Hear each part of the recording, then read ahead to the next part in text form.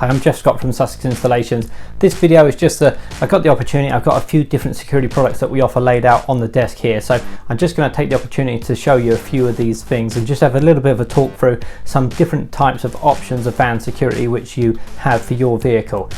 Some of these security products that are here are just for certain makes and models, and some are universal to fit kind of more or less anything.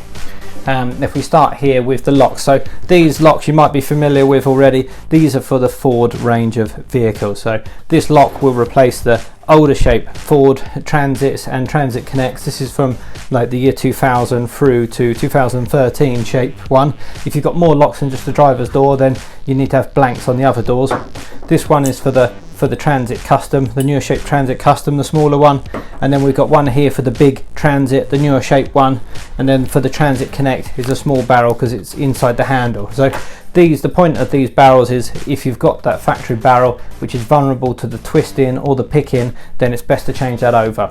Secondary, we have deadlock. So this is the deadlock. This is the type of deadlock which we fit to a lot of vans and we have done for some years. So it's just an extra small hole in the door. All you see on the outside of the body is like this Euro cylinder type of look, and then once the key is turned, the bolt goes through from one door to another or from one door to the body of the vehicle, and it just means if someone gets past your factory security, the doors open just a little bit and then they're stopped by the deadlock. What you might then have is, obviously, if we're looking now at higher levels of destruction attacks, such as like the door folding type of attacks, it might be that we can offer this same type of lock. Sometimes it's like this with the long throw bolt on the side doors, sometimes it's the hook type of bolt, and what we can do actually on some vehicles is put them up high now. So some vehicles we've got high positions, some we've got low positions, and some we can fit both low and high. And a high position would be helpful in terms of that door folding to help to try and prevent it. The next thing is, which is probably more secure in terms of the door folding, is something like a surface mounted lock like this Ultimate lock here from Locks for Vans. So that's a large surface mounted lock that can go on the door. Sometimes it has to go low down on the door and sometimes we can put it up high. It just depends on your make and model vehicle, and really it's the dimensions where the screw holes go and whether it's compatible or not for your vehicle to fit it up high on that vehicle or not, or on that door. Sometimes we fit them high on the side door, low on the back door. It just depends for each make and model van. This one is the Armour Plate Stronghold lock. So this is a lock which you've only really seen coming through in the last 6 months or so. This is a surface mounted lock, very similar to the Locks for Vans Ultimate lock. The way that it fits on the measurements of it mean that sometimes we can fit this in a position we can't fit the Ultimate lock, and vice versa. So it can be pretty handy. These Stronghold locks by Armour Plate, they're only available as an automatic type lock. And what I mean by that is, as soon as you close the door, it's locked. So that's the difference between a manual and an automatic. With a manual, like these deadlocks would be a manual, you turn them on as and when you want them. The automatic is close the door and it's locked. The Ultimate lock, if you specify at time of ordering, we can actually set them up as a manual or an automatic, so you've got some choice there. Just carry on looking at these physical security products that I've got on the desk.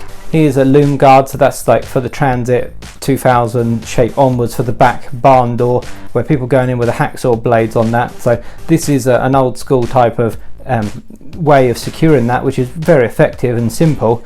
We're perhaps seeing that type of attack now on other doors, on the cab doors as well on some vehicles. So that's something to watch out for, and there'll be perhaps other way of addressing those, whether it's wrapping the looms in some metal, whether it's having a specific loom guard for that make and model vehicle, or whether it's an electronic modification to stop that from unlocking the load area of your van, or whether the strategy is just to make it that you've got, like the extra locks on the van should they get it open, like the surface mounted locks here or the deadlocks, that it doesn't really matter, but extra security in whichever way is good. Something between, I get asked a lot about surface mounted locks or deadlocks.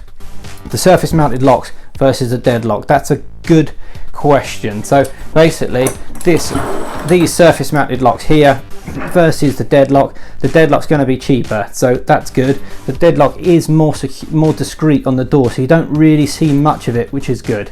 The deadlock secures on the actual inside of the door really, rather than on the thin metal of the outside of the door, so the strength is taken up by the inside of the door, which is the part you don't really see, which is good from a point of view like perhaps with these surface mounted locks, because they are fixed to the metal on the outside of the door. You're probably going to end up with some sort of small distortion to the actual panel where they sit, whether that's at time of installation or after the vehicle being used, the van doors being opened quite a lot. But at some point you're probably going to have to accept that you will end up with some panel distortion with that surface type lock, whereas a deadlock you're probably not going to get any panel distortion. So that's kind of a trade-off. These would be more expensive as well, but then again these are probably more secure than the deadlock. So if you can accept the fact that perhaps these block your sign writing on your van if they're on prime position up high on the side load door, if you may get the panel distortion and you're going to spend a bit more, but if your priority is security of your van and that's the best lock to put on the van and we can put it up high on that type of door, then perhaps that's just the way to go, you know. Otherwise, if you've got other concerns, you don't want anything blocking your sign writing, you don't want a big lock hanging off of your van, you don't want to spend that much money, you're worried about the panel distortion, the deadlocks are then your choice. But sometimes we multiply these strategies, so we might do one type of lock, the deadlocks, plus like a barrel change, plus an alarm upgrade, you know, so extra like different types of strategies.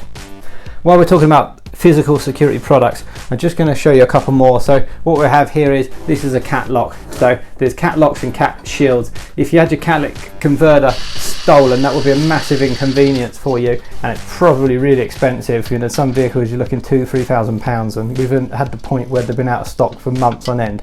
I don't think it's prime cat season right at the moment, perhaps because of the value of the scrap metal, but they are still getting stolen and it is a massive expense, so that's not a bad thing to have on your van.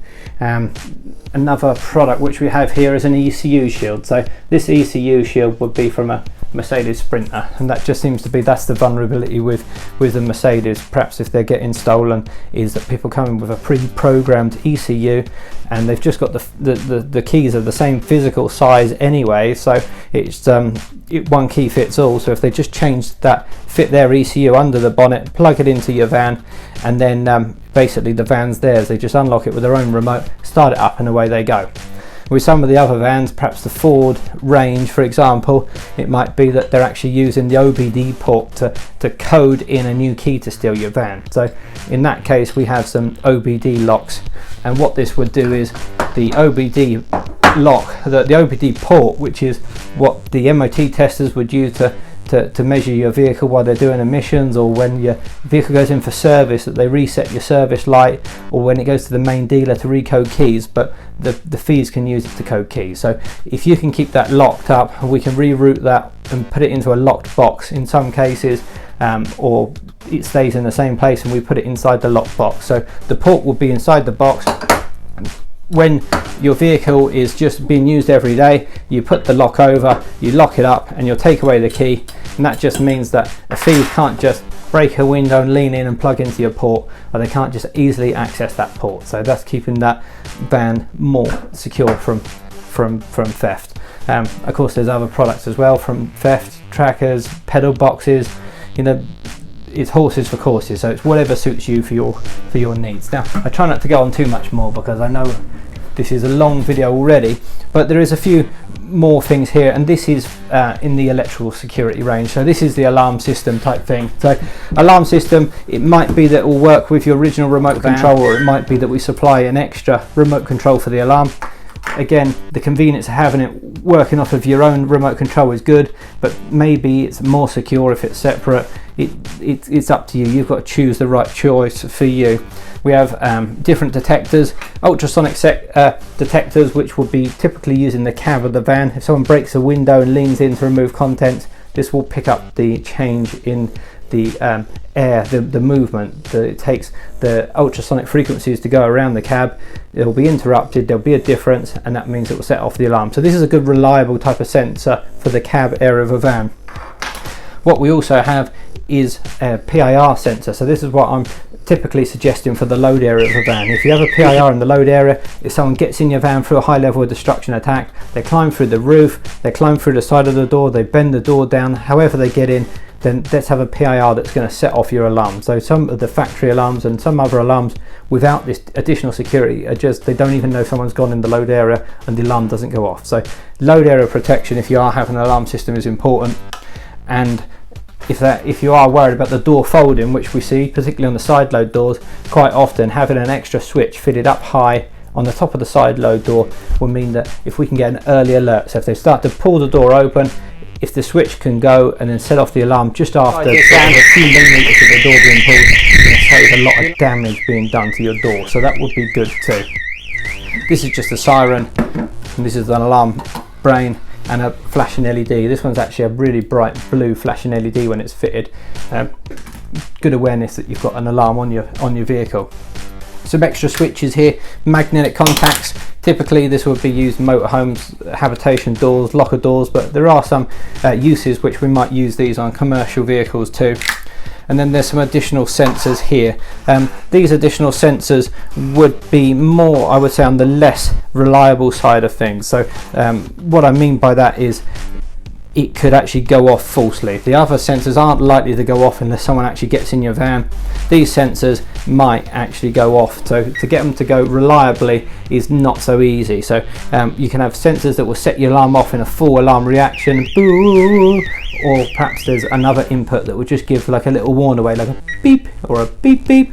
So if someone's getting close up near to your van, that can give some warning that you got something fitted to it. And this type of sensor I don't think is bad to be used in a worn away kind of capacity. This one is a microwave sensor, so this can see beyond the glass. It can see through the glass to the outside of your vehicle.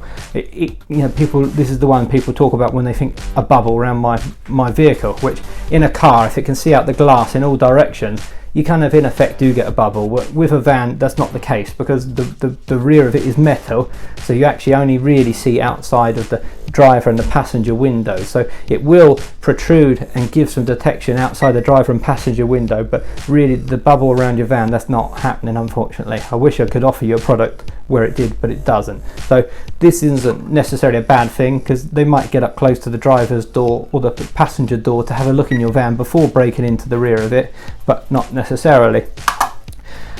Actually, a tilt sensor. This I wouldn't class in the unreliable category, because this is a good tilt sensor. It's not done just by a quick movement. It needs to see that a vehicle goes up a certain amount of angle for a certain amount of time, like for a second. So it's not like going off with rocking or with the wind. It's only actually going off if someone jacks the vehicle up. And this would be if someone's going to steal your vehicle by putting it onto a low loader, or if they're going to jack your vehicle up to steal your wheels. So this is the type of detector that is useful for. Going back to the other detectors, the early warning style ones, this would be a shock sensor. So this is a dual stage shock sensor. You could use it so a really high impact could set the alarm off on a full reaction, but you wouldn't want that set anywhere sensitive. But you could also have a warn away, so the outer zone could be a little bit more sensitive, where it's just going to beep beep. It's not going to really inconvenience that much, because it will go off. With this type of sensor, trying to protect the outside of your van is a nightmare. You know, you can't really get it to a point where it's never going to false alarm, and it's only going to activate when people are trying to get up close to break into your van. You know, it will go off. It will go off periodically when cars are passing by, particularly in a high traffic type of area. So it's just trying to get that balance between convenience and just being a nuisance, really. You know, you want it to be effective, but you don't want it just to annoy everyone that's around you.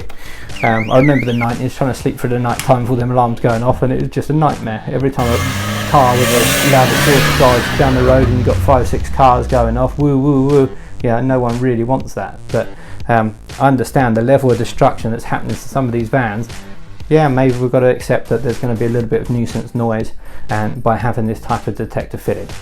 So I hope this isn't too much boring. I hope this is an informative of showing some different types of security products. If you get in touch via the website, it's www.sussexinstallations.co.uk, and we can talk you through perhaps what is going to be suitable for you, your vehicle and your needs. So you're obviously not going to need all of these things for your vehicles, but it might be useful for you to have some of them, depending on what make and model vehicle you've got. Thanks for watching. I'll speak to you in the next video. Cheers.